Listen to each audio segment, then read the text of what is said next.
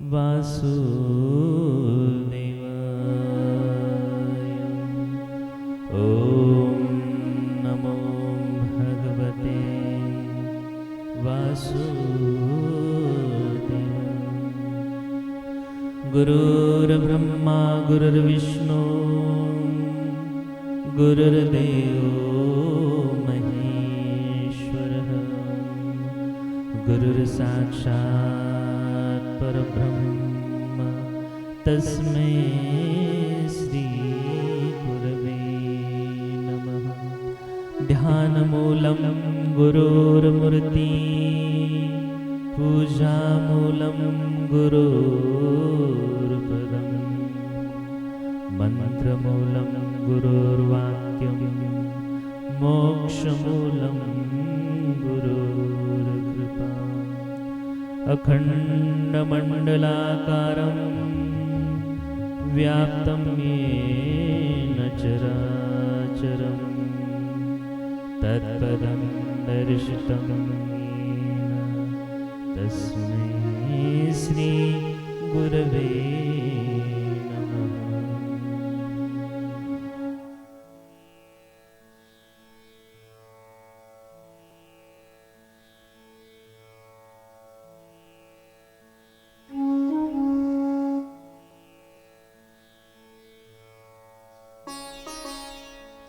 सुंदर या भगवान परब्रह्म परमात्म्याच्या ज्ञान स्वरूपामध्ये भगवान परब्रह्म परमात्म्याने जे ज्ञान दिलं आणि या ज्ञानाने अर्जुनाचा मोह नष्ट झाला। कारण पहिल्या अध्यायामध्ये पहिला भगवद्गीतेचा अध्यायामध्ये अर्जुन विषाद योग आहे आणि या अर्जुन विषाद योगामध्ये भगवान परमात्म्याने अर्जुनाचा विषाद पाहिला। कारण अर्जुनाने पहिल्या अध्यायामध्ये सांगितलं, हे भगवंता, मी तर मोहग्रस्त झालो आहे, माझ्या समोर माझे अपतेष्ट आहेत आणि या अपतेष्टांचा वध करून मी असं कोणतं राज्य प्राप्त करणार आहे। आणि ज्यावेळेस अर्जुनाने हा भगवान परमात्म्याला प्रश्न केला आणि हा प्रश्न केल्यानंतर भगवंतानी अर्जुनाला सांख्य योग सांगितला। या सांख्य योगामध्ये ज्यावेळेस अर्जुनानं सांगितला त्यावेळेस सांख्य योग अर्जुनाला समजला नाही आणि ज्यावेळेस अर्जुनाला हा सांख्य योग समजला नाही त्यावेळेस अर्जुन परब्रह्म परमात्म्याला की हे भगवान, जायसे चेत कर्मणस्ति मता बुद्धि जनार्दन तत्किममं कर्मणि घोरे मानियो जायसे केशव। अर्जुन भगवंताला म्हणतात, का हो जनार्दन, तुम्ही कर्माहून मला ज्ञान श्रेष्ठ वाटते, तर मग हे केशवा मला भयंकर कर्म करण्यास का प्रवृत्त करत आहात? आता अर्जुनाने एवढा सुंदर प्रश्न विचारला आणि या सुंदर प्रश्नामध्ये ज्यावेळेस भगवान परमात्म्याने सांगितलं की बोले हे श्रेष्ठ आहे, तर बोले मला हे ज्ञान श्रेष्ठ आहे, तर भयंकर कर्मामध्ये का तुम्ही मला ओढत आहात? मी युद्ध का करू? आणि युद्ध का करू? कारण या युद्ध करण्याने मला पाप कर्म लागेल। आता बघा, भगवान परमात्म्याने सुंदर सांगितलं की हे युद्ध केल्यामुळे मला पाप कर्म लागेल। अपतेष्टांचा ज्यावेळेस माझ्या हातून वध होईल आणि अपतेष्टांचा वध झाल्यानंतर मला परत अनेक पाप योनी भोगाव्या लागतील, तर पाप योनी भोगाव्या जर लागल्या तर मला अनेक पाप आणि पुण्य, पाप पुण्य करता करता अनेक पाप कर्म माझ्या डोक्यावरती बसेल। म्हणून अर्जुनाला ज्यावेळेस भगवान परमात्म्याने विचारलं की बाबा काय करावं, तर अर्जुन दुसरा प्रश्न भगवान परमात्म्याला करतात व्यामिश्रेणे वाक्येन बुद्धि मोहसि विमितदिकं वद निश्चिते येनो श्रियानुयामि. अर्जुन भगवंताला म्हणतात, का हो देवा, अशी मिश्रित भाषणाने म्हणतात. कारण आतापर्यंत अर्जुनाला भगवंताचं भाषण वाटत होतं, सत्संग वाटत नव्हता. इबेमश्रीने वाक्येन बुद्धीन मोहसिमी. कारण भगवंता आपल्या भाषणाने, आपल्या या ज्ञानाने माझी बुद्धी जणू मोहित करीत आहात. म्हणून मला अशी एकच गोष्ट निश्चित करून सांगा ज्यामुळं माझं कल्याण होईल. अर्जुन सांगतात. भगवान परमात्मा म्हणले, अर्जुन चिंता करू नको, कारण मी जे ज्ञान देणार आहे ते उत्तम असेल. आता भगवान परमात्म्याने जे ज्ञान दिलं ते अर्जुनाला निमित्त करून दिलं. पण हे ज्ञान संसार सागरामध्ये कितीही जीव, सामान्य जीव भटकलेला असेल, सामान्य जीव साधनेतून भटकलेला असेल, त्या साधनेतल्या जीवासाठीही उपयोगी आहे. संसार मोहामध्ये फसलेला आहे त्याच्यासाठीही उपयोगी आहे. म्हणून श्री भगवान परमात्मा अर्जुनावरती असीम कृपा करून आपल्या मुखातून हे ज्ञान अमृत, हे ज्ञान बिंदू. कारण भगवंत कधीही बोलायचं म्हटलं ना तर संस्कृत भाषेमध्ये बोलतात ना. भगवान परमात्मा हिंदीमध्ये बोलतात ना, मराठीमध्ये बोलतात ना, कन्नडमध्ये बोलतात ना, तेलुगूमध्ये बोलतात. फक्त भगवान परमात्मा आपल्या शिष्याशी संवाद साधायचा असेल तर संस्कृत, म्हणजे यातला एक ना एक अक्षर, एक ना एक काना, एक ना एक उकार हा भगवंताच्या मुखारा अविंदातून बाहेर पडलेला आहे. ही गीता म्हणजे काही सामान्य नाही. कोणती सामान्य? या गीतेमध्ये कारण भगवान परमात्म्याने जो अर्जुनाला ज्ञान दिलं, या ज्ञानाचं सुंदर वर्णन केलेलं आहे. आणि भगवान परमात्मा अर्जुनाला सांगितले, श्री भगवान वाच लोकेस्मिनाद्विधा निष्ठा पुरा प्रोक्त माया नग ज्ञानयोगेन सांख्यानं कर्मयोगेन योगिना. अरे अर्जुना, दोन श्रेष्ठ आहेत. कोणते? एक ज्ञान योग, एक कर्मयोग. कारण ज्ञान योग आणि कर्मयोग जो मनुष्य करतो त्याला सर्वश्रेष्ठ ज्ञान प्राप्त होतं. मग कोणतं? ज्ञान योगामध्ये भगवान परमात्म्याने अर्जुनाला दोन सांगितलं, एक ज्ञान योग आणि एक कर्मयोग. मग त्याच्यामधला सर्वश्रेष्ठ कोणतं? अर्जुनाच्या मनामध्ये जसा प्रश्न उद्भवला तर भगवंतांनी सांगितलं, थांब, त्याचं उत्तर मी सांगतो. कोणतं? ज्ञान योग म्हणजे काय? आता ज्ञान योगाची भाषा जोपर्यंत समजत नाही तोपर्यंत भगवान परमात्म्याचं ज्ञान कळत नाही. कारण ज्ञान योग काय आहे? भगवान परमात्मा सांगतात, साधनेची परिपक्व अवस्थेचं वर्णन, पराकाष्ठेची निष्ठा आणि मायेने उत्पन्न झालेल्या सर्व गुणच गुणामध्ये वावरत असतात असे समजून शरीरामध्ये होणाऱ्या सर्व क्रियाच्या कर्तेपणाचा अभिमान सोडून सच्चिदानंद परमात्म्याशी एकरूप होऊन राहणं हे ज्ञान आहे. आता एवढं सुंदर वर्णन सांगितलं. रे अर्जुना, ज्ञान कोणतं आहे? जो आपल्या सच्चिदानंद परमात्म्याशी एकरूपतेची अनुभूती घेतो, म्हणजे एकरूपतेची अनुभूती घेतो त्याला ज्ञान म्हटलं जातं. कारण सतत सतत कृष्ण परब्रह्म परमात्म्याशी माझ्या सोबत आहे, ते माझ्याशी बातचीत करता आहेत, ते माझे अंतर्यामी आहेत आणि तेच माझे परब्रह्म परमात्मा आहे. सद्गुरु स्वरूप भले शरीराने कुठेही असले तर अंतःकरणाने माझे अंतर्यात्मा स्वरूप सच्चिदानंद स्वरूप बनून माझ्या स्वरूप आहे. भगवान परमात्मा सांगतात, अरे अर्जुना, काय सांगावं बोले, तुझ्या इंद्रियामध्ये ज्याही क्रिया कर्म घडलं जातं, डोळे पाहतात, डोळ्याच्या पापणीची उघडझाप होते, श्वासा घ्यावा लागत नाही, कळत न कळत श्वास आपोआप चालला जातो. अर्जुना, हे जे ज्ञान आहे हे सगळं भगवंताच्या कृपेने होतं. म्हणजे ज्याप्रमाणे ब्रह्मा ब्रह्माजीची उत्पत्ती झाली. ब्रह्माजीने काम, क्रोध, लोभ, मोह, मद, मत्सराची उत्पत्ती केली, ज्ञानाची उत्पत्ती केली, बुद्धीची उत्पत्ती केली, मनाची उत्पत्ती केली. पण हे सगळी उत्पत्ती कुणाची आहे अर्जुना? अरे बाबा, ही उत्पत्ती माझी आहे. मग मीच काही सर्वस्व दिलं आहे आणि ते सर्वस्व दिलेलं जो स्वतः मानतो त्याला ज्ञान म्हणावं. ज्ञान योग म्हणजे ज्ञान रूपाने मज परमात्म्याशी एकरूप राहणं. मग एकरूप कसं राहावं अर्जुनाला सांगितलं. अर्जुना, एकरूप कसं राहावं म्हणतात की अनेक प्रश्न असतो की मला भगवंताची अनुभूती होईना, भगवंताचा साक्षात्कार होईना. मग साक्षात्काराचं ज्ञान अर्जुनाला सांगितलं. रे अर्जुना, जोपर्यंत माझ्याशी निष्ठा होत नाही.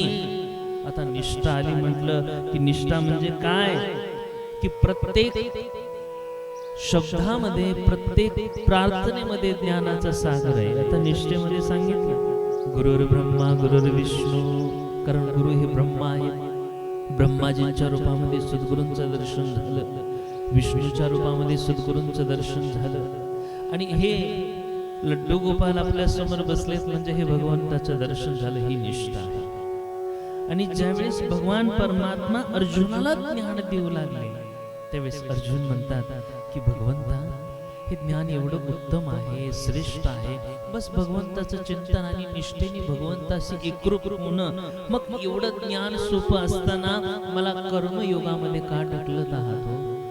तर भगवंताने सांगितलं, अरे अर्जुना, ज्ञान योग सर्वश्रेष्ठ आहे, पण प्रत्येक मनुष्य ज्ञान योग करू शकत नाही. कारण ज्ञान योग आहे सोपा, पण तेवढा कठीणही आहे. कारण निष्ठा या कलियुगामध्ये भगवंताशी निष्ठा होत नाही. या कलियुगामध्ये कथेसोबत निष्ठा होत नाही.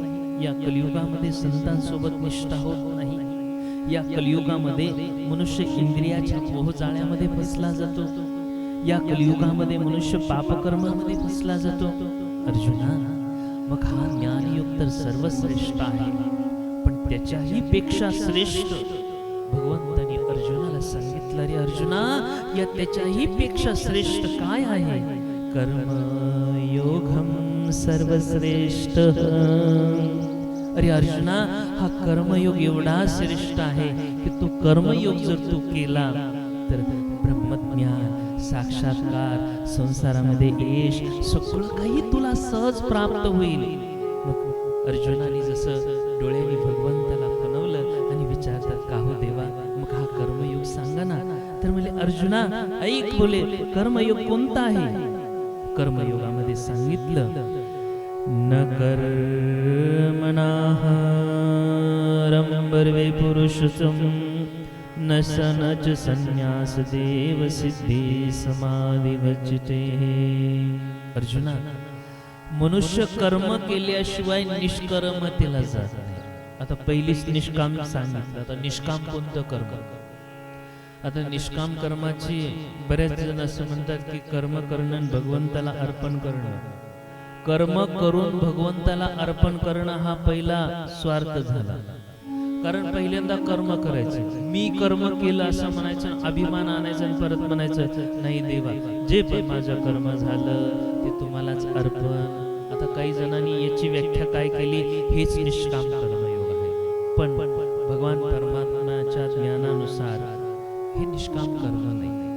कर्म करतानाच कर्माची अनुभूती येते. आता जसं माझं कर्म आहे कथा करण्याची, पण कथा करण्याचं मी कर्म करू लागलो आणि मी कथा झाली आणि कथा झाल्यावर म्हणले, देवा, जे पण मी कथा केली ती कथा सगळी तुमच्या चरणी अर्पण. हा सगळ्यात मोठा अहंकार झाला. सगळ्यात मोठा अहंकार कोणता? मी कथा केली आणि तुमच्या चरणी अर्पण. मी आला म्हणजे अहंकार आला. नाही नाही, कथा करण्याच्या सुरुवातीलाच, संसाराचं कोणतंही कर्म करण्याच्या सुरुवातीलाच, जप करण्याच्या सुरुवातीलाच, ध्यान करण्याच्या सुरुवातीलाच भगवान परमात्म्यासमोर दोन शब्द गोड बोलावे. देवा, दोन शब्द गोड बोलावे, पण ते शब्द कसे असावे? अंतःकरणाचे असावे.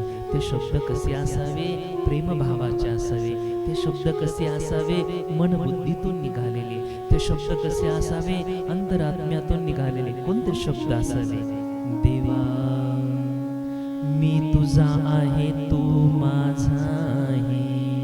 आता इथं कसं आहे की देवाला शरणागती भाव पत्करला आणि भगवान परमात्मा हा माझा एकही श्वास तुमच्या विना चालत नाही, एकही कर्म मी तुमच्याशिवाय होऊ शकत नाही.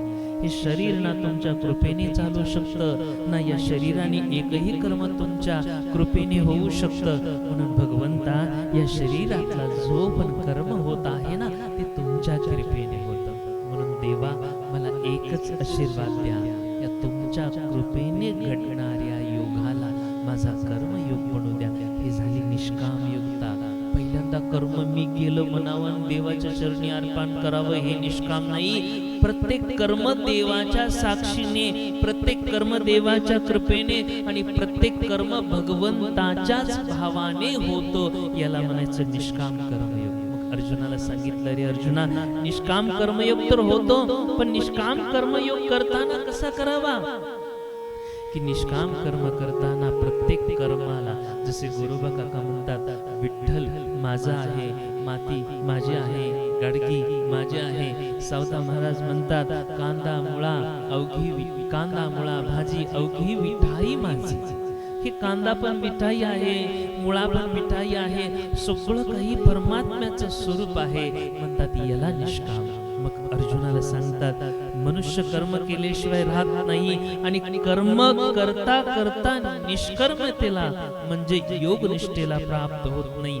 म्हणून कर्माचा फक्त त्याग केल्याने म्हणजे सांख्य निष्ठेला प्राप्त होत नाही. एखाद्याने कर्माचा त्याग केला, मला सेवा करायची नाही, गुहेमध्ये जाऊन बसला, त्यालाही कधी तो मज भगवंताची प्राप्ती होत नाही.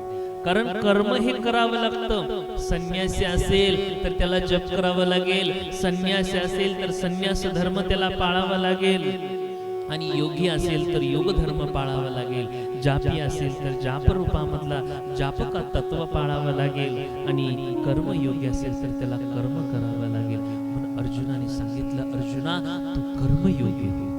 आता अर्जुन आनंदित झाले, आता देवाने मला कर्मयोगी व्हायला सांगितलं, मग हे कर्मयोगीचं ज्ञान कोणतं आहे? अर्जुन आनंदित झाले, प्रसन्न झाले आणि भगवंताला म्हणतात, सांगा हो कर्मयोग कसा करावा.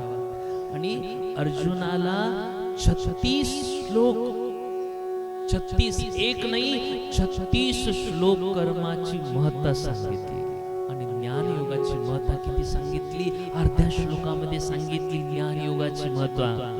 आणि आजकाल हीच चूक सगळ्यात होते. प्रत्येक मनुष्य, प्रत्येक भक्त, प्रत्येक साधक ज्ञान योगाला धरून पडतो, ज्ञान योगाला धरून पकडतो आणि म्हणतो, हा ज्ञान योग मला कधी सिद्ध होईल, हा ज्ञान योग कधी सिद्ध होईल.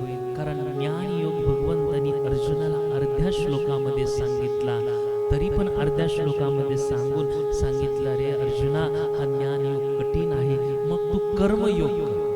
आता कर्मयोग भगवंतांनी 35 श्लोक सांगितले आणि एवढा सुंदर सांगितला कर्मयोग. कोणता सांगितला? न हि कश्चित् क्षणापि जानो तिष्ठेति कर्म कर्तुसि कार्यया वशः कर्म सर्व प्रकृतिर्जिगुणः. वा वा, काय सुंदर भगवान परमात्म्याने सांगितलं.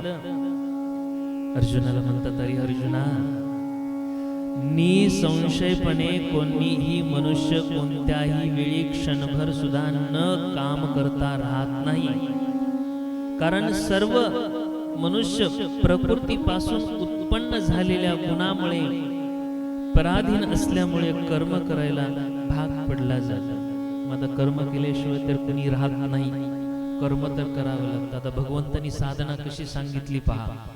आता श्वास घ्यायला काय करावं लागतं का? काही नाही करावं लागत, श्वास सहज चालतो. डोळ्याच्या पापण्या उघडझाप करण्यासाठी कोणी माणूस कामाला लावावा लागतो का सांगायला की डोळ्याची पापणी झाका, परत उघडा, परत झाका, परत उघडा? नाही लावावं लागत. कुणी सांगावं लागतं का? एखादा सिक्युरिटी गार्ड ठेवावा लागतो का? महाराज श्वास घ्या, महाराज श्वास सोडा, श्वास घ्या, श्वास सोडा. कुणी माणूस कामाला ठेवावा लागतो का? नाही लागत.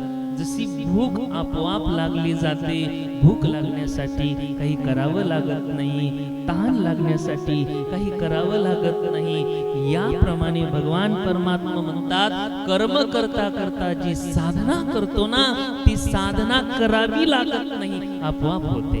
मग कर्मयोगाती साधना सर्वश्रेष्ठ. मग आता कर्मयोगामध्ये साधना कशी?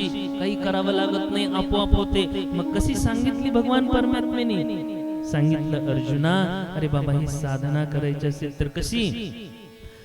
कर्मेंद्रियोन. लक्ष देऊन ऐका, भगवंतानी पहिल्या श्लोकातली कर्मयोगातली पहिली साधना सांगितली. आता कर्मयोगातली सर्वश्रेष्ठ साधना अर्जुनाला सांगताना ती आपल्याला ऐकायला मिळते, आपलं ही भाग्य गोष्ट आहे. मग सांगितलं कर्म इंद्रियाना संयमचे असते, मनसा स्मरण, इंद्रियात मोढात्म मिथ्याचारस उच्यते. सांगितलं अरे अर्जुना कर्मयोग कसा आहे? कर्मयोगामध्ये पहिल्यांदा सांगितलं, जो मूर्ख मनुष्य सर्व इंद्रिय बळेच वरवर आवरून मनाने इंद्रियाच्या विषयाचे चिंतन करीत राहतो, तो मिथ्याचारी आणि दांभिक आहे म्हणतात. तो मिथ्याचारी आहे, दांभिक आहे, ढोंगी आहे. एखाद्याच्या समोर गुलाबजामुन दिसलं, तोंडाला पाणी सुटावं, जिभेला पाणी सुटावं आणि वर्ण म्हणावं मी काही गुलाबजामुन बिलकुल खात नाही, मला गुलाबजामुन आवडत नाही, माझा गुलाबजामुनाचा व्रत आहे. मग हे वरून वरून इंद्रियाला आवरतो आणि आतून त्या विषयाचं चिंतन करतो, तो दांभिक आहे म्हणतात. याला भक्ती प्राप्त होत नाही. मग हा दांभिकपणा घालवण्यासाठी प्रत्येक इंद्रियाने भगवंताचं जर वर्णन केलं, हा दांभिकपणा ज्यावेळेस जातो त्यावेळेस म्हणतात की माझी भक्ती त्याला प्राप्त होते. कोणती म्हणतात की या भगवंतानी ज्यावेळेस सांगितलं त्यावेळेस म्हणतात कोणती भक्ती? यत स्वानि मनसानि रमति अर्जुना कर्म इंद्रिय कर्म योगासक्त विशेषतः. कारण ज्यावेळेस अर्जुनाने सांगितलं त्यावेळेस म्हणतात की अर्जुना हा दांभिकपणा चांगला नाही. पहिल्याच कर्मयोगाची साधना सांगताना जणू काही भगवंतानी काठी काढली आणि काठी काढून आपल्या शिष्यांना सांगितलं की वरून इंद्रिय आवरणं आणि आतून त्या विषयाचं चिंतन करणं हा दांभिकपणा साधनेमध्ये चालणार नाही, कर्मयोगामध्ये चालणार नाही.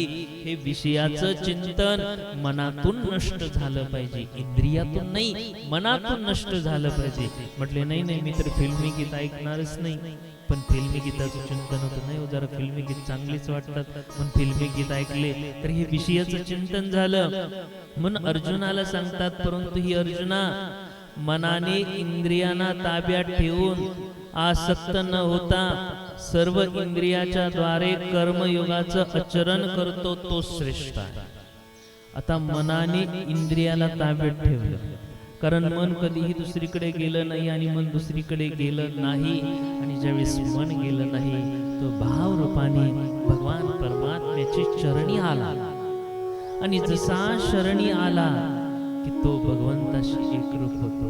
मग काय सांगितलं कर्मयोगामध्ये? कर्मयोगामध्ये एकच सांगितलं अरे अर्जुना असा कर्मयोग कर, असा कर्मयोग कर की या कर्मयोगामध्ये मनाने इंद्रियाची आसक्ती नष्ट कर. आणि ज्यावेळेस मनाने इंद्रियाची आसक्ती नष्ट होते त्यावेळेस बोले तो सर्वश्रेष्ठ साधना करणारा होतो. आणि ज्यावेळेस मनाने इंद्रियाची आसक्ती नष्ट होते त्यावेळेस तो उत्तम साधक, उत्तम साधना करणारा होतो. आणि त्याच्याही पुढे भगवान परमात्म्याने ज्ञान सांगितलं कोणतं? नियतं कुरु कर्म त्वं कर्म जायसे कर्मणा शरीर यत्रापि चित्तेन प्रसिद्धे कर्मणा. आता अर्जुनाला सांगितलं अर्जुना काय कर, तू शास्त्र विहित कर्तव्य कर्म कर, कारण कर्म न करण्यापेक्षा कर्म करणं श्रेष्ठ आहे. तसेच कर्म न करण्याने तुझे शरीर व्यवहारही तुझा चालणार नाही. मग आता भगवान परमात्म्याने सांगितलं, अर्जुना कोणतं कर्म करावं? शास्त्र विहित, शास्त्राने जे समजावून दिलं आहे, शास्त्राने जे दिशा दिली आहे, त्या शास्त्राचं कर्म जर तू केलं तर अर्जुना ते उत्तम कर्म आहे. शास्त्राने सांगितलं जप करावा, शास्त्राने सांगितलं ध्यान करावं, हे शास्त्राने सांगितलेलं जे कर्म करतो ते कर्म कर. आणि ते कर्म जर नाही केलं तर तुझा शरीर व्यवहार चालणार नाही. कारण शास्त्राने सांगितलं जप करावा, शास्त्राने सांगितलं कर्म करावं, मग हे कर्म केल्याशिवाय तुझा शरीर व्यवहार चालणार नाही. म्हणून अर्जुनाला भगवान परमात्म्याने परत 19व्या श्लोकामध्ये सांगितलं की अर्जुन म्हणतात काय, तस्मादसक्त सततं कार्यकर्म समाचर आसक्तो ह्यांच कर्म परमात्मन पुरुषः. म्हणून सांगतात की अरे अर्जुना काय, तू कर्म कर, पण कसं, तू नेहमी आसक्त न होता कर्तव्य कर्म नीट करीत राहा. कारण आसक्ती सोडून कर्म करणाऱ्या मनुष्य परमात्म्याला जाऊन मिळतो. आसक्ती सोडून द्यावी. कोणतेही कर्म करताना भगवान परमात्मा म्हणतात की बिलकुल आसक्ती न ठेवावी. आसक्ती म्हणजे काय की आसक्ती, परवा मला आसक्तीवर विषय चालला होता त्यावेळेस एक जणांनी मेसेज टाकला आणि विचारलं, महाराज आसक्ती म्हणजे काय? आसक्ती म्हणजे काय की श्वास घेताना असं कधी वाटत नाही मी श्वास घ्यावा, श्वास सोडताना असं वाटत नाही बस आता सोडून द्यावा, याला आसक्ती म्हणतात. की कोणतीही कर्म करताना इच्छा नाही, कोणतीही कर्म करताना मनामध्ये कोणता भाव नाही, हा अनासक्त भाव झाला. आणि हेच कर्म करावं, त्याच कर्माशिवाय मी राहू शकत नाही, याला आसक्ती म्हणावं. जशी आसक्ती सारखा गुलाबजामुन खाल्ला आणि गुलाबजामुनची सारखी आठवण येऊ लागली तर त्याला आसक्ती म्हणावं. आणि कर्म करूनही त्याची आठवण राहत नाही, त्याला अनासक्ती म्हणावं. हा भगवंताच्या कृपेने माझ्याकडे एवढा चांगला गुण आहे की मी काल पण सांगितलं, पण असा गुण आहे की आता मला कोणी विचारलं की टेंभुर्णीची कथा किती तारखेला झाली तर मला बिलकुल सांगता येत नाही. म्हणजे विसरून जातो मी, किंवा काल कोणतं कर्म उत्तम होतं त्या कर्मात कोणती नाही सांगता येत, याला म्हणायचं अनासक्त भाव. अनासक्त भाव म्हणजे कर्म केलं, सत्कर्म केलं त्या क्षणाला विसरून गेले, राग केला त्या क्षणाला विसरून गेले, द्वेष केला त्या क्षणाला विसरून गेले. कोणतंही पुण्य कर्म केलं, दान केलं, 1 लाख रुपयाचं दान केलं, पण त्या दुसऱ्या क्षणाला विसरून गेले तर त्याला म्हणायचं अनासक्त कर्म. की कोणतंही कर्म केल्यानंतर ते स्मरणामध्ये राहत नाही, स्मरणशक्ती नाही, स्मरणामध्ये म्हणजे ते आठवणीत राहत नाही. बस कर्म केलं, भगवंताच्या कृपेने झालं. 7 दिवसाची कथा होती, भगवंताच्या कृपेने पार पडली आणि भगवंताच्या कृपेने श्रोत्यांनी ती श्रवण केली, भगवंताच्या कृपेने त्या श्रोत्यांना लाभ झाला. आता ही कथा चालली आहे, बस ही कथा संपली की 5 मिनिटाच्या आत आपण कथा केली का नाही हे विस्मरण होऊन जातं. म्हणजे याच्यामध्ये आसक्ती नाही राहत, अरे काय हो माझ्यासारखी सुंदर कथा कोण करतच नाही, ही झाली आसक्ती. म्हणजे हे विसरून गेले तर आसक्ती बी नाही आणि अनासक्ती बी नाही. म्हणजे माझा सांगण्याचा उद्देश काय की माझ्या मती गतीनुसार सांगतो. माझा सांगण्याचा उद्देश काय, कोणतंही कर्म करा पण त्या कर्माचं विस्मरण करून टाका. काही करा, जप करा, जप करताना म्हणून द्या भगवंता तुमच्या कृपेने जप करू लागले, सोडून द्या. नाहीतर एखादा 10 माळा 15 दिवसातनं करतो आणि सगळ्यांना फोन करतो, अरे माळा करतो का नाही रे तो, मी तर 10 माळा केल्या. 15 दिवसातनं 10 माळा केल्या आणि 15 दिवसातनं सगळ्यांना फोन करून सांगू लागले मी तर माळा केल्या. माळा जरूर करा, दान धर्म जरूर करा, सत्कर्म जरूर करा, अनुष्ठान जरूर करा, पण त्याच्यामध्ये आसक्त नाही, अभिमान नाही, मीपणा नाही. काही गोष्ट करा, सेवा केली, सेवा करण्यामध्ये मीपणा नाही, सेवा करण्यामध्ये अभिमान नाही, कोणतीही गोष्ट केली त्याच्यामध्ये अभिमान येत नाही, ते म्हणायचं अनासक्त कर्म. भगवान परमात्मा म्हणतात की अर्जुना, मला अनासक्त कर्म सगळ्यात आवडलं जातं. हे अर्जुना, जो मनुष्य आसक्त राहत नाही तो माझ्यासाठी प्रिय आहे. कोणत्याही गोष्टीत कुठेही राहिले आणि ती गोष्ट स्मरणामध्ये नाही. आता अनेक महाराज म्हणतात की महाराज तुमच्या भागवत कथा किती झाल्या? मी म्हटलं मलाच माहित नाही किती झाल्या ते, आणि कुठे कुठे झाल्या ते माहित नाही.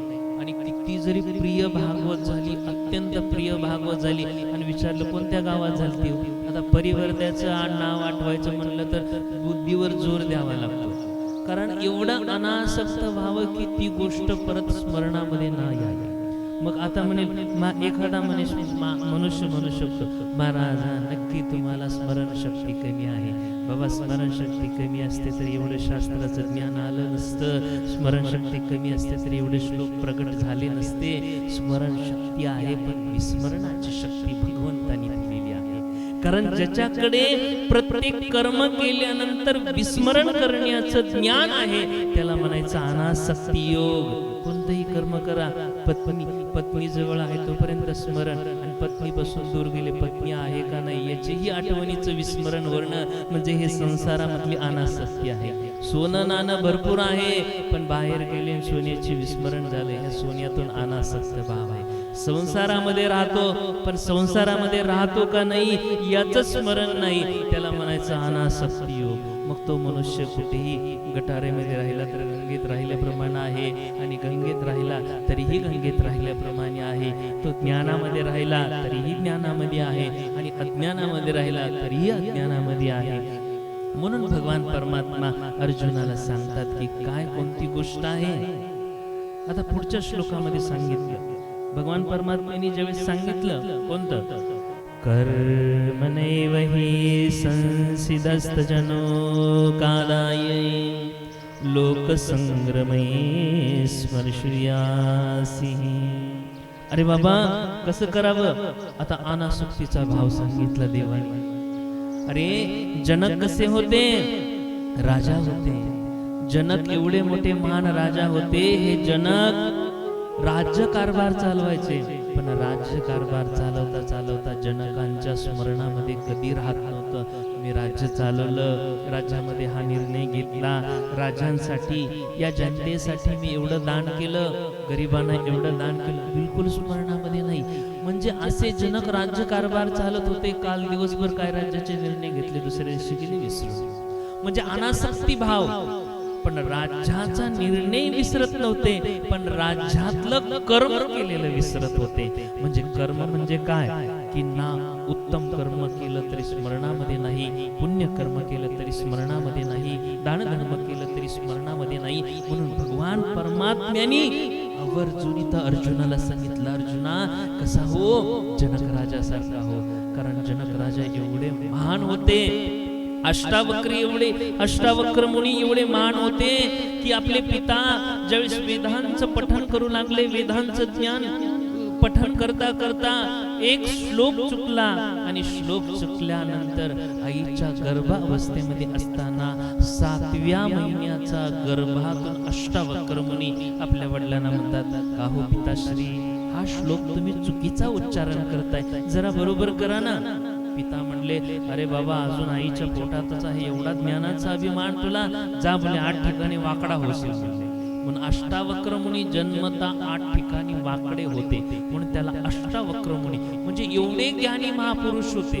मग आता हे ज्ञानी महापुरुष संन्यासी तत्वज्ञानामध्ये पारंगत असलेले अष्टावक्र मुनी आईच्या गर्भात असताना तत्वज्ञान अष्टावक्र मुनींना झालेलं होतं. आणि हे अष्टावक्र मुनी कुणाच्या शरणी गेले? एका संसारी व्यक्तीच्या. म्हणजे संसारी कोण? राजा जनक. राजा जनकाला भगवान कृष्ण परब्रह्म परमात्मा सांगतात, अर्जुना, अरे राजा जनक संसारी असतील, पण अनासक्त भावामध्ये रमणारे राजा जनक आहेत. राजा जनकाचं ब्रह्मज्ञान हे कर्मयोगाचं ब्रह्मज्ञान आहे. कर्मयोगाचं ब्रह्मज्ञान म्हणजे कोणतं? शास्त्रातून पठन केलेलं अहम ब्रह्मास्मि मी ब्रह्म आहे, मी ब्रह्म आहे, मी ब्रह्म आहे. हे पठण केलेलं ज्ञान नव्हे, अंतःकरणामधनं अनुभवलेलं ज्ञान. गुलाबजामुन गोड आहे, साखर गोड आहे, हे सांगण्यासाठी ज्ञान आहे. पण हे सांगण्यासाठी ज्ञान नव्हे. जोपर्यंत गुलाबजामुन खात नाही तोपर्यंत गोडीची अनुभव त्याला चाखली जात नाही. साखर जोपर्यंत खात नाही त्याला गोडीची अनुभव चाखली जात नाही. याप्रमाणे अरे राजा अष्टावक्र मुनी ब्रह्मज्ञान होतं, पण हे ब्रह्मज्ञान अनुभवलेलं नव्हतं. म्हणून अष्टावक्र मुनी राजा जनकाच्या दरबारामध्ये गेले. राजा जनकाने ज्यावेळेस अष्टावक्र मुनीची परीक्षा घेतली, अष्टावक्र मुनीचा रागराग केला, तरीही राजा जनकाच्या दरबारातून अष्टावक्र मुनी द्वारातून गेले नाही. 8 दिवस 7 दिवस राजा जनकाने अष्टावक्र मुनीला द्वारावरती बसवलं, अपमान केला. पण अष्टावक्र मुनी म्हणतात की ब्रह्मज्ञान प्राप्त करायचं असेल तर अपमान स्मरणात राहिला नाही पाहिजे, द्वेष स्मरणामध्ये राहिला नाही पाहिजे, राग स्मरणामध्ये राहिला नाही पाहिजे. म्हणून अष्टावक्र मुनी म्हणतात की नाही नाही राजा जनक, कारण राजा जनकाचा शिष्य अष्टावक्र होते. अष्टावक्र मुनी पाहत होते राजा जनक कसे राहतात, आपला राज्यकारभार संभाळतात पण अनासक्त भावात. म्हणून तोच अनासक्त भाव पहिल्या दिवशी, पहिल्या सेकंदामध्ये, पहिल्या मिनिटामध्ये अष्टावक्र मुनींनी ग्रहण केला आणि राजा जनकासारखे अनासक्त राहू लागले. आणि हे अनासक्त राहिल्यामुळे 7 दिवस अपमान करूनही अष्टावक्र मुनी राजा जनकाच्या दरबारातून हल्ले नाहीये. आणि राजा जनकाने परत ज्यावेळेस अष्टावक्रांना ब्रह्मज्ञान दिलं तर अष्टावक्र मुनींना क्षणार्धात ब्रह्मज्ञान झालं. कारण ब्रह्मज्ञान होण्यासाठी मनुष्याला अनासक्त व्हावं लागतं. या पहिल्या श्लोकामध्ये अर्जुनाला सांगितलं होतं. याच्या पुढच्या श्लोकामध्ये भगवान परमात्मा अर्जुनाला सांगतात की कोणती यद् चराति सृष्टतीर्थजनः ईश यत् प्रमाण कुरुते लोकस्त्वं वर्धते. श्रेष्ठ पुरुष, आता भगवान परमात्म्याने सांगितलं अर्जुना आचरण कसं करावं. आता आचरण करण्याचं वर्णन सांगितलं. तर याच्या पुढची जाऊन मी थोडी माझ्या मनाने ज्ञान सांगतो की भगवंतांनी अर्जुनाला सांगितलं अर्जुना आचरण कसं करावं, कर्म कसं करावं.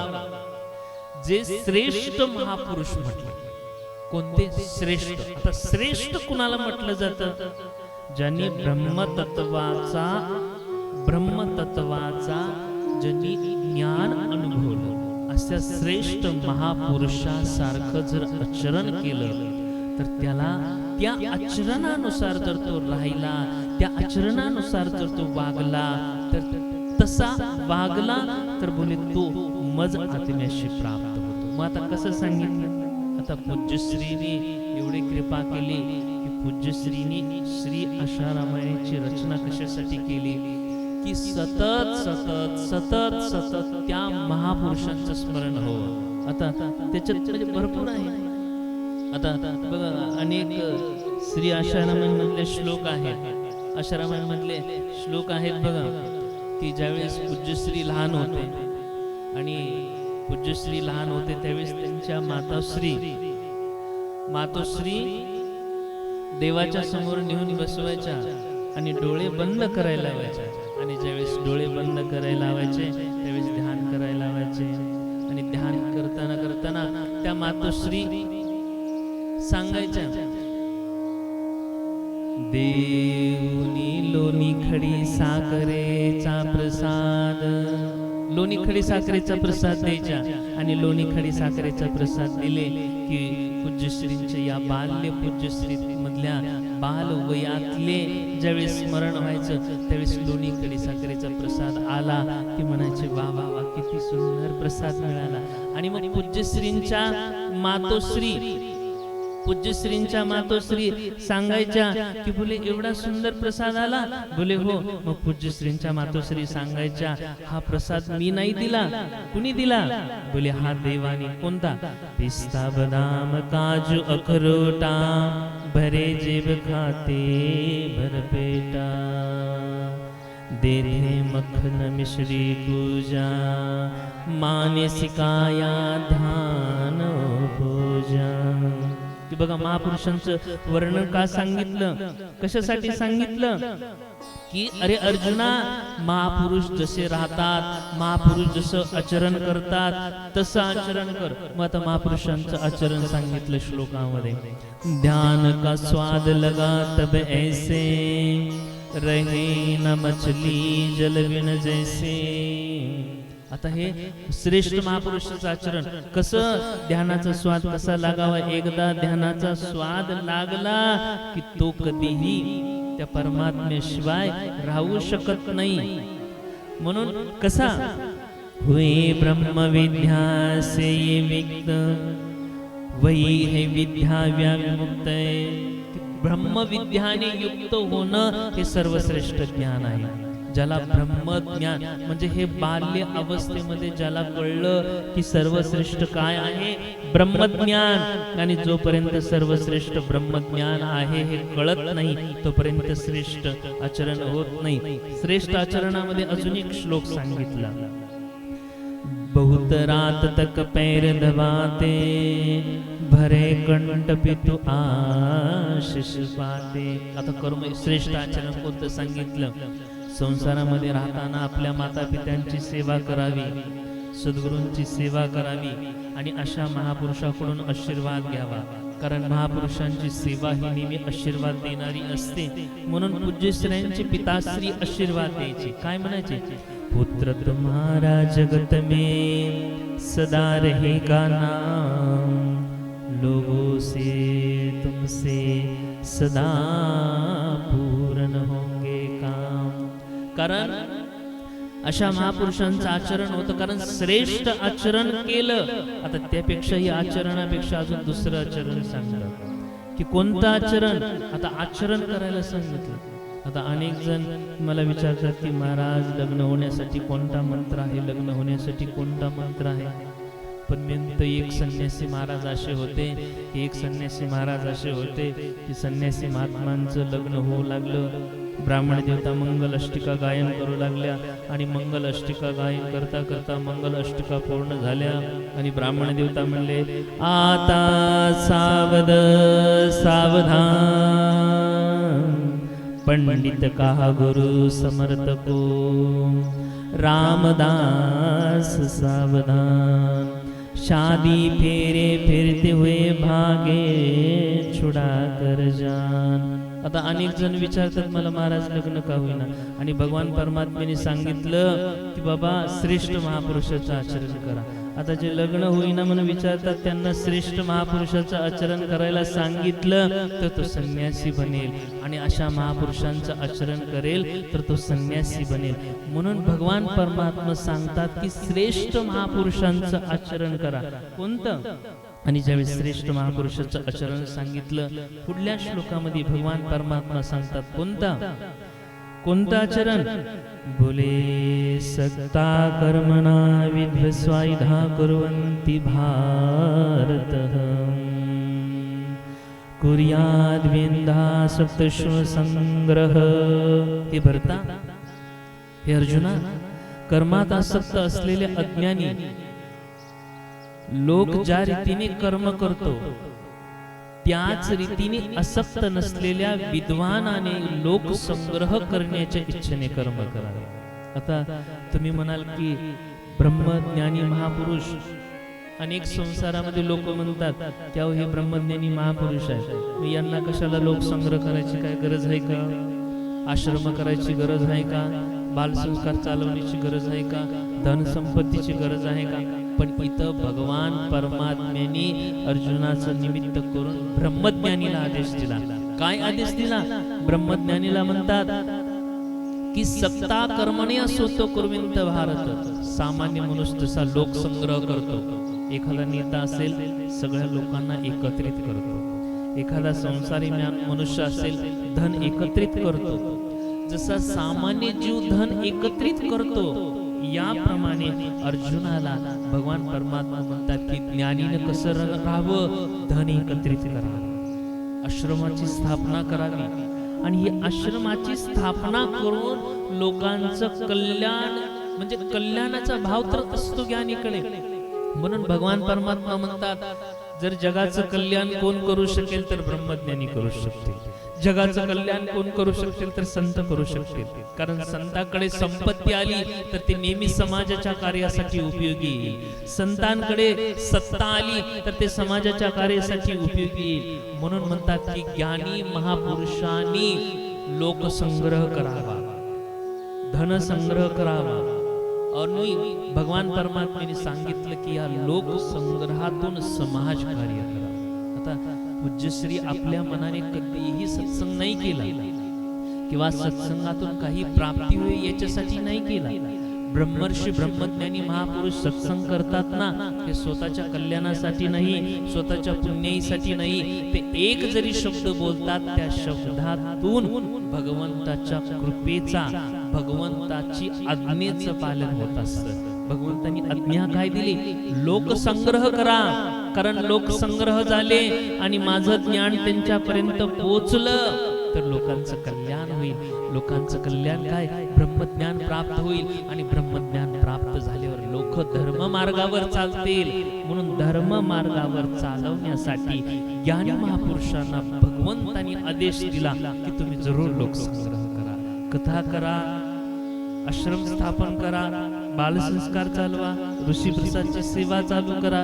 कारण या ऋषीप्रसादच्या सेवेतून ज्ञानामध्ये घराघरामध्ये वेदांताचं ज्ञान पोहोचेल. बालसंस्कार म्हणजे या बालसंस्कार मध्ये अनेक मुलांना ब्रह्मज्ञान प्राप्त होईल, अनेक मुलांना धर्ममार्ग प्राप्त होईल.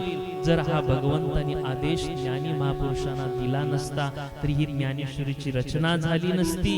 हा आदेश दिला नसता तर आश्रमाची रचना झाली नसती. पूज्यश्रींसारखे आपल्याला सद्गुरू प्राप्त झाले नसते.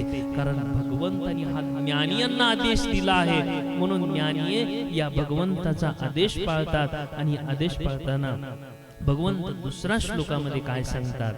न बुद्धी भेदम जनयत ज्ञानम कर्म संग्रहिणाम जोषियते सर्व कर्मण विद्यान समाचरणम.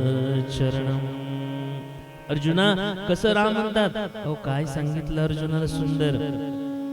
परमात्मा स्वरूपामध्ये स्थिर असलेल्या ज्ञानी पुरुषाने शस्त्रविहित कर्मात आसक्ती असलेल्या अज्ञानी लोकांच्या बुद्धीत भ्रम म्हणजे कर्माविषयी अश्रद्धा निर्माण करू नये.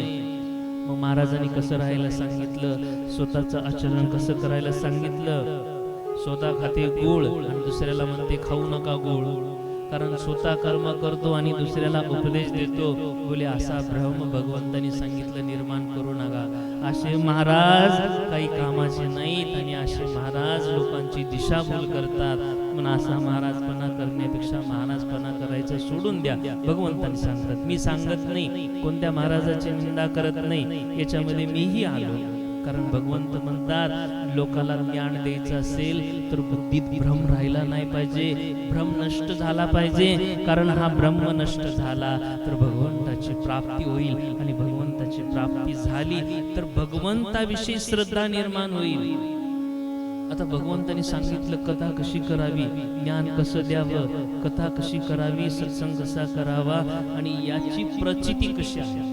भगवंतांनी काय सांगितलं? आपण जर कथा करत असो, हे कथाकारासाठी दिला आहे श्लोक, सगळ्यांसाठी आहे. महाराष्ट्रातल्या वारकरी संप्रदाय असो आणि कुठलाही संप्रदाय असो, प्रत्येक संप्रदायातल्या महाराजासाठी आहे. जर तुम्ही कीर्तन करता जरूर करा, माझा तुमच्या चरणाशी प्रणाम आहे. 10,000 रुपये दक्षिणा घेता, 20,000 घ्या, काही आदेश नाही. मी दक्षिणा घ्यायला जरूर सांगेन. कारण महाराजांनी दक्षिणा घेतलाच पाहिजे. तुम्ही दक्षिणा घेतला तर अजून सत्कर्म करेल, लोकांचं कल्याण होईल, दानधर्म होईल, म्हणून जरूर घ्या. परंतु आपण कथा केली, आपण कीर्तन केलं, आपण प्रवचन केलं, हे कथा कीर्तन प्रवचन केल्यानंतर त्याची पोच पावती जरूर घ्या. पोच पावतीमध्ये भगवंतांनी काय सांगितलं? बाबा अर्जुना कसं कर्म करावं? जो यशसं सत्व कर्मणाम विद्यणे समाचरणम.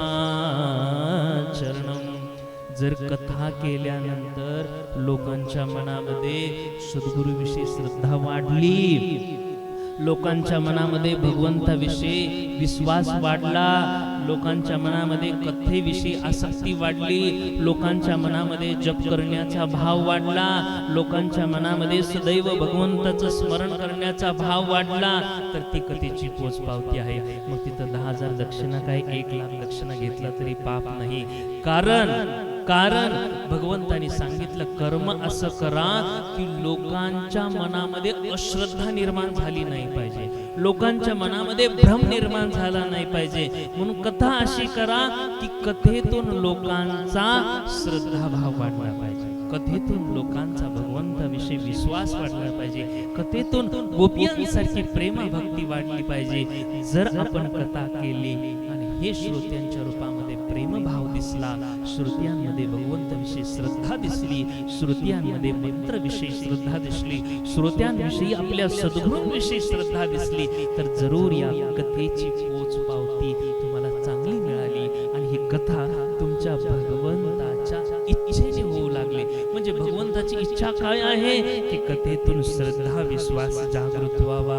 नाहीतर कथा नुसती केली, श्रोते गेले झटकून, हसून गेले, रडून गेले, श्रोते परत भगवंताला विसरून गेले. ही कथा उपयोगाची नाही.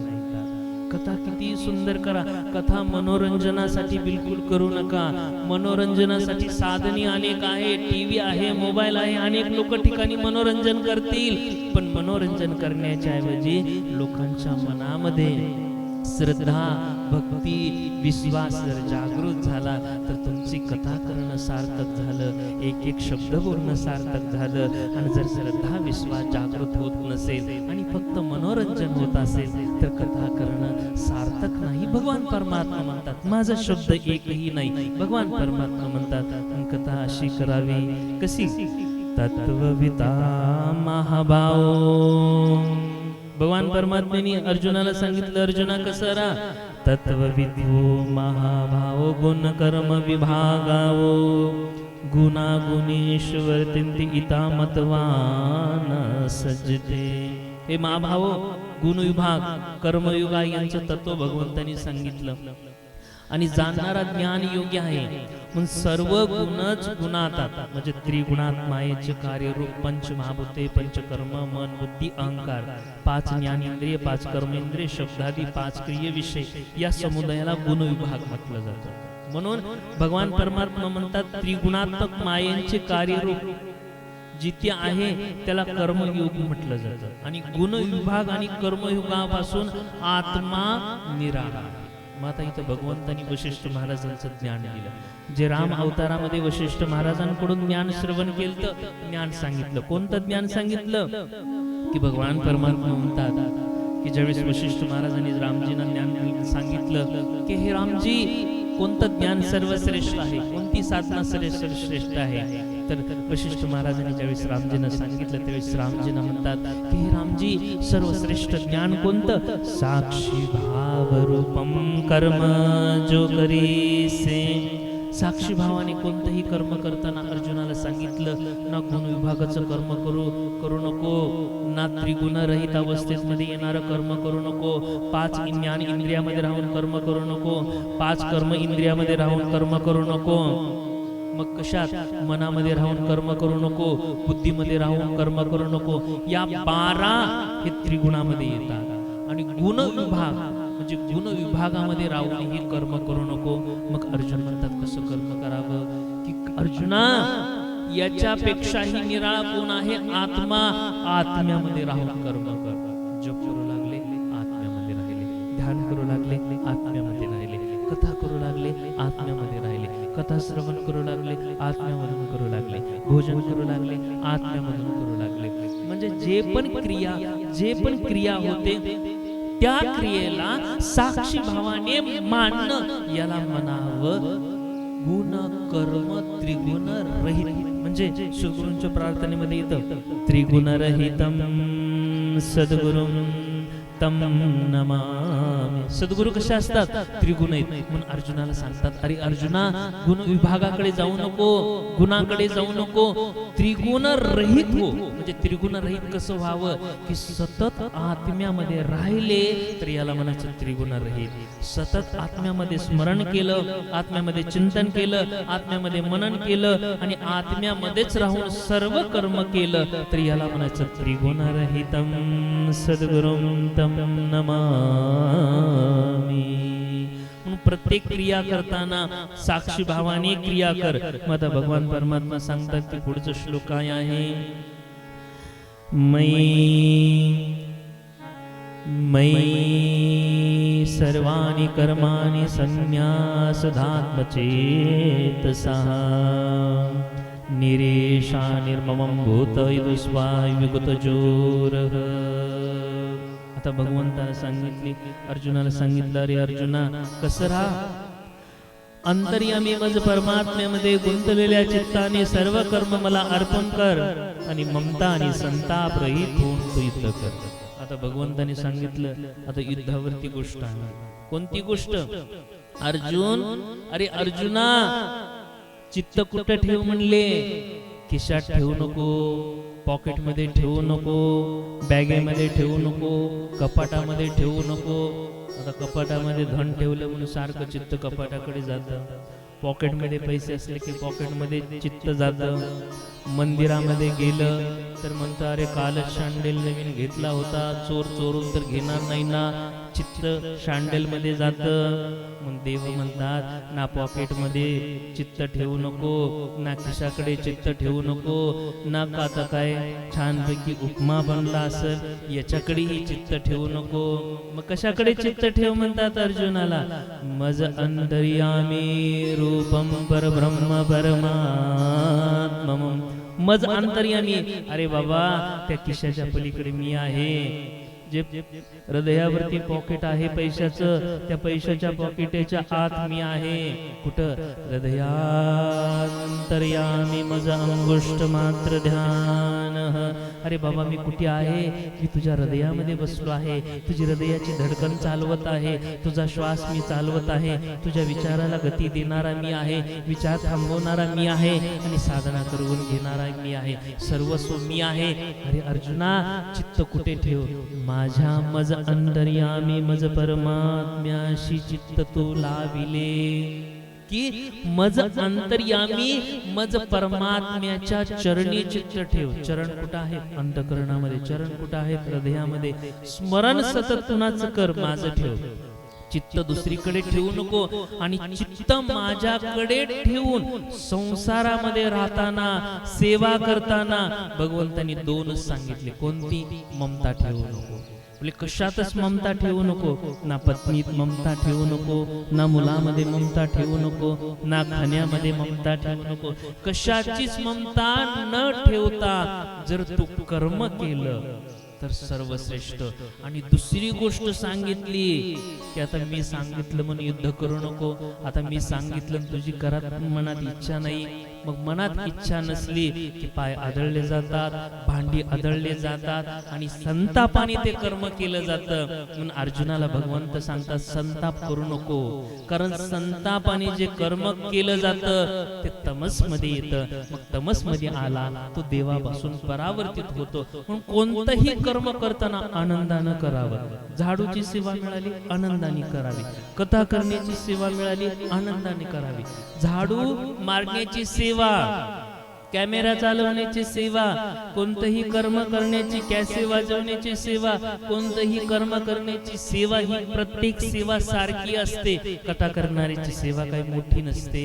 झाडू मारणाऱ्याची सेवा तेवढीच आहे, कथा करणाऱ्याची सेवा तेवढीच आहे, कॅमेरा चालवणाऱ्याची सेवा तेवढीच आहे. पण कधी जर ममता रहित आणि जर संताप रहित सेवा केली तर, जर सेवेत संताप आला तर मुले सेवा विफल झाली, सेवेमध्ये ममता आली, नाही मला हीच सेवा पाहिजे, मला हीच सेवा पाहिजे.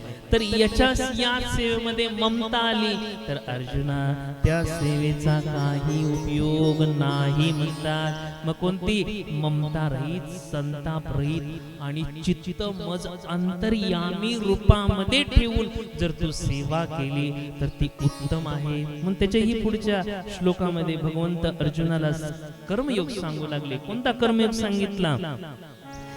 ये मे मती मंद निधी मृदिष्टु मानवाः श्रद्धावंत सुयन्ते मुच्यन्ते कर्मभे.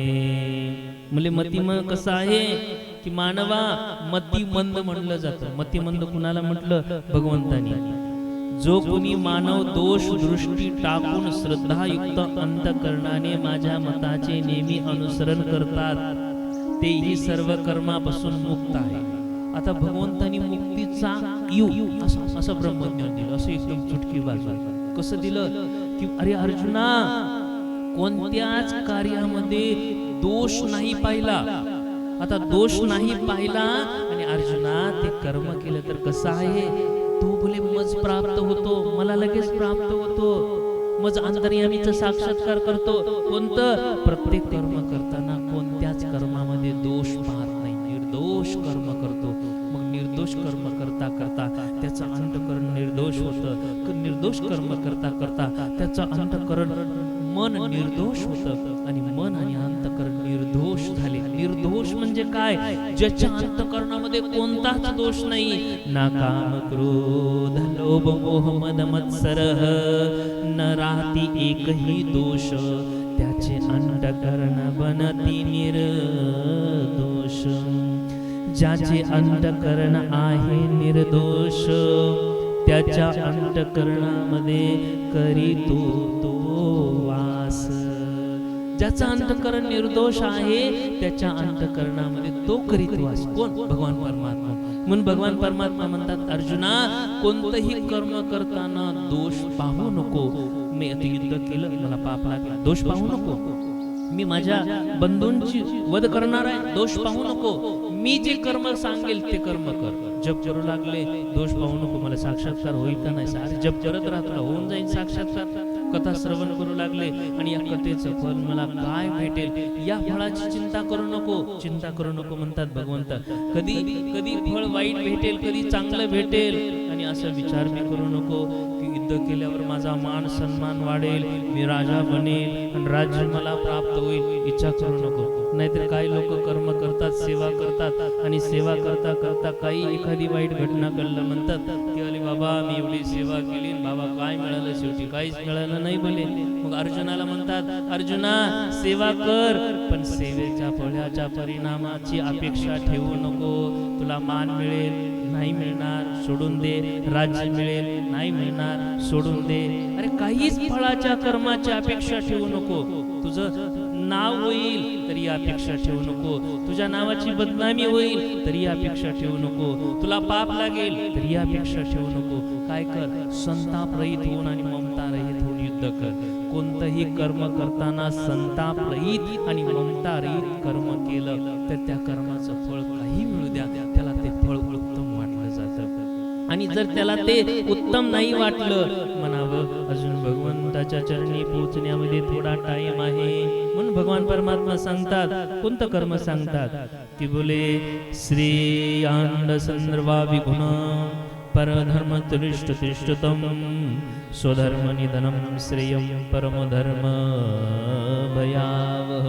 आता अनेक लोक आश्रमला सोडून दुसऱ्या आश्रमात जाऊन राहतात, दुसऱ्या महाराजांना पकडतात, या महाराजांना सोडून त्या महाराज पकड, त्या महाराजांना सोडून ह्या महाराजांना पकड, ह्याच्याशिवाय कामधंदाच नाही.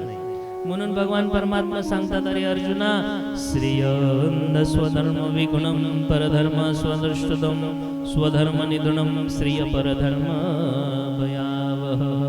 अरे बाबा आपल्या आश्रमामध्ये गेल्यावर कसं वाटतं? आहा हा, काही भीती वाटते नाही, पण भगवंत परमात्मा म्हणतात दुसरा धर्म कसा आहे?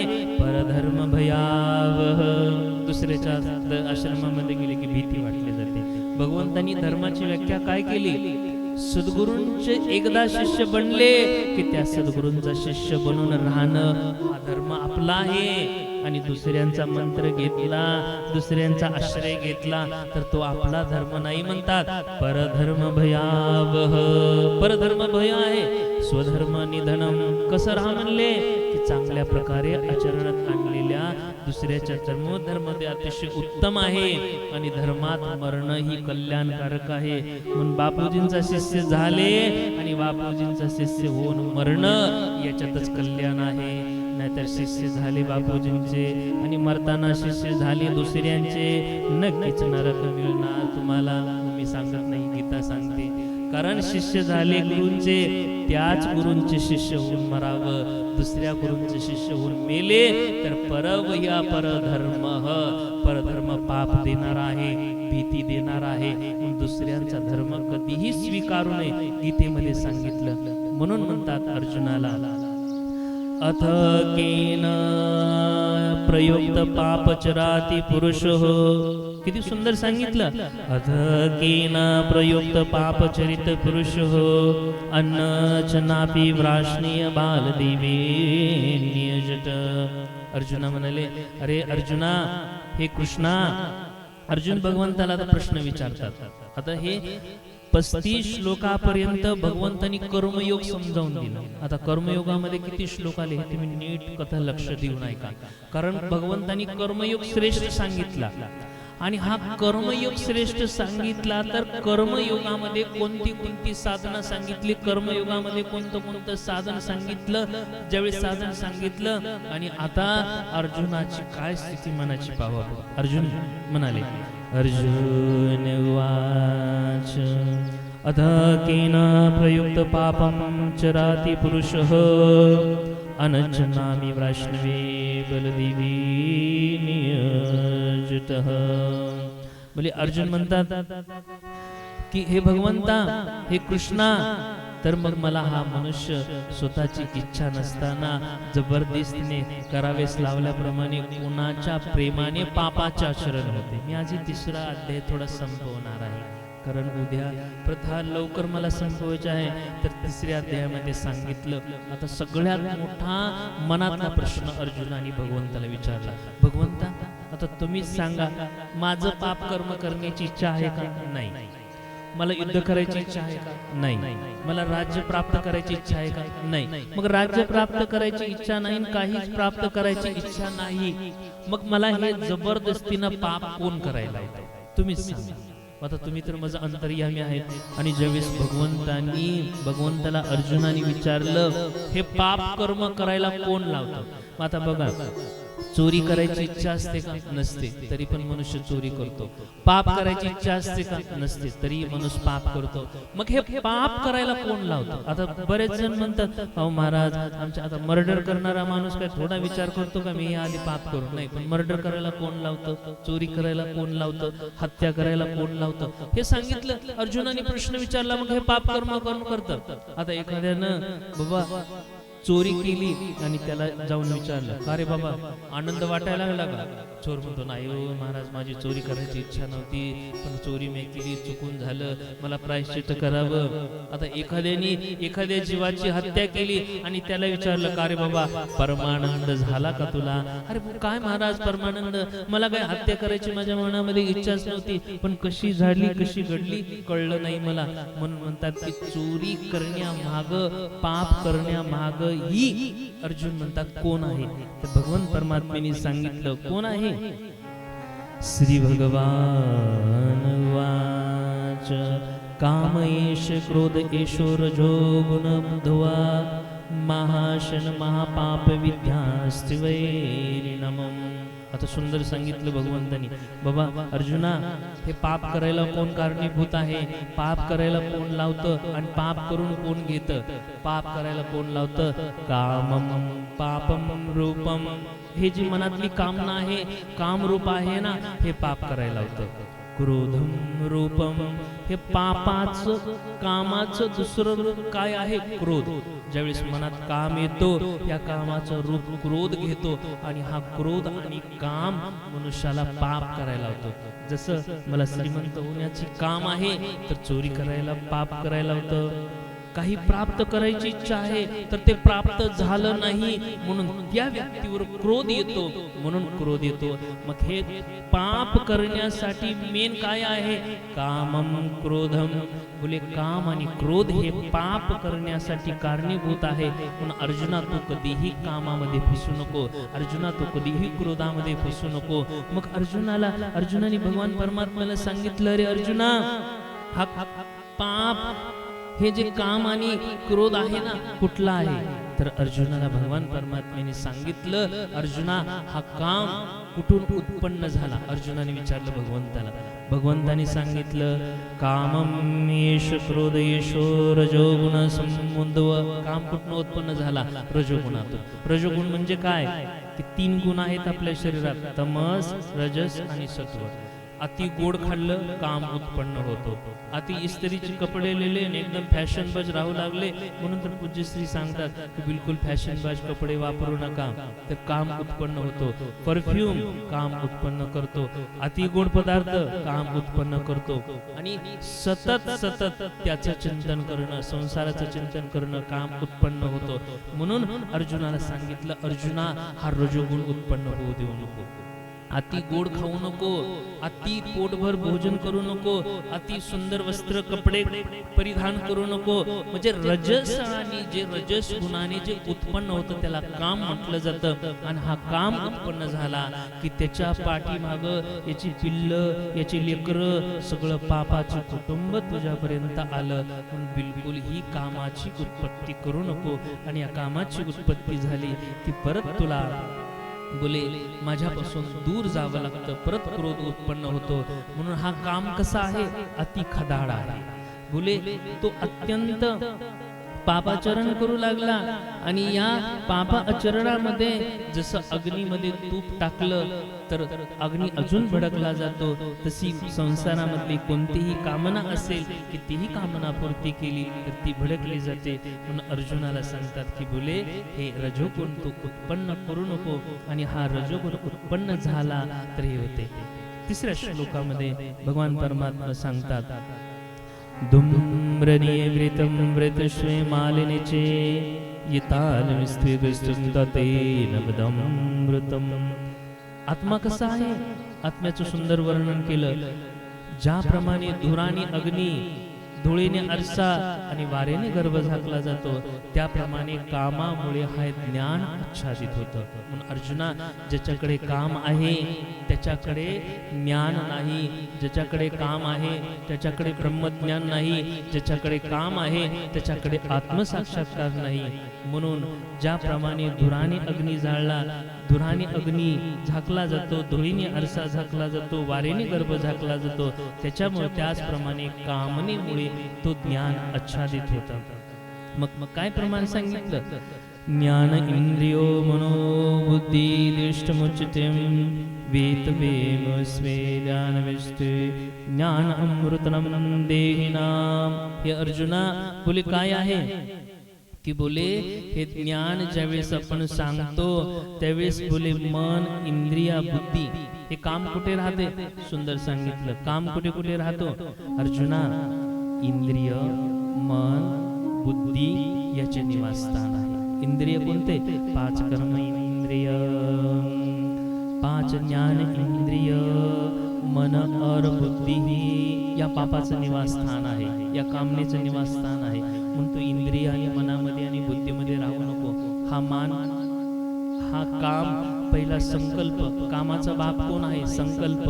हा संकल्प स्फुरित होतो की काम निर्माण होतो. काम निर्माण झाला की हा काम मन आणि बुद्धीला भ्रष्ट करतो आणि मन आणि बुद्धीला भ्रष्ट केल्यावर ज्ञानाला झाकून जातो. म्हणून या कामाची निवासस्थान आहेत 14. म्हणून या 14 ठिकाणी तू राहू नको. आणि शेवटच्या श्लोकामध्ये भगवान परमात्म्याने सांगितलं काय?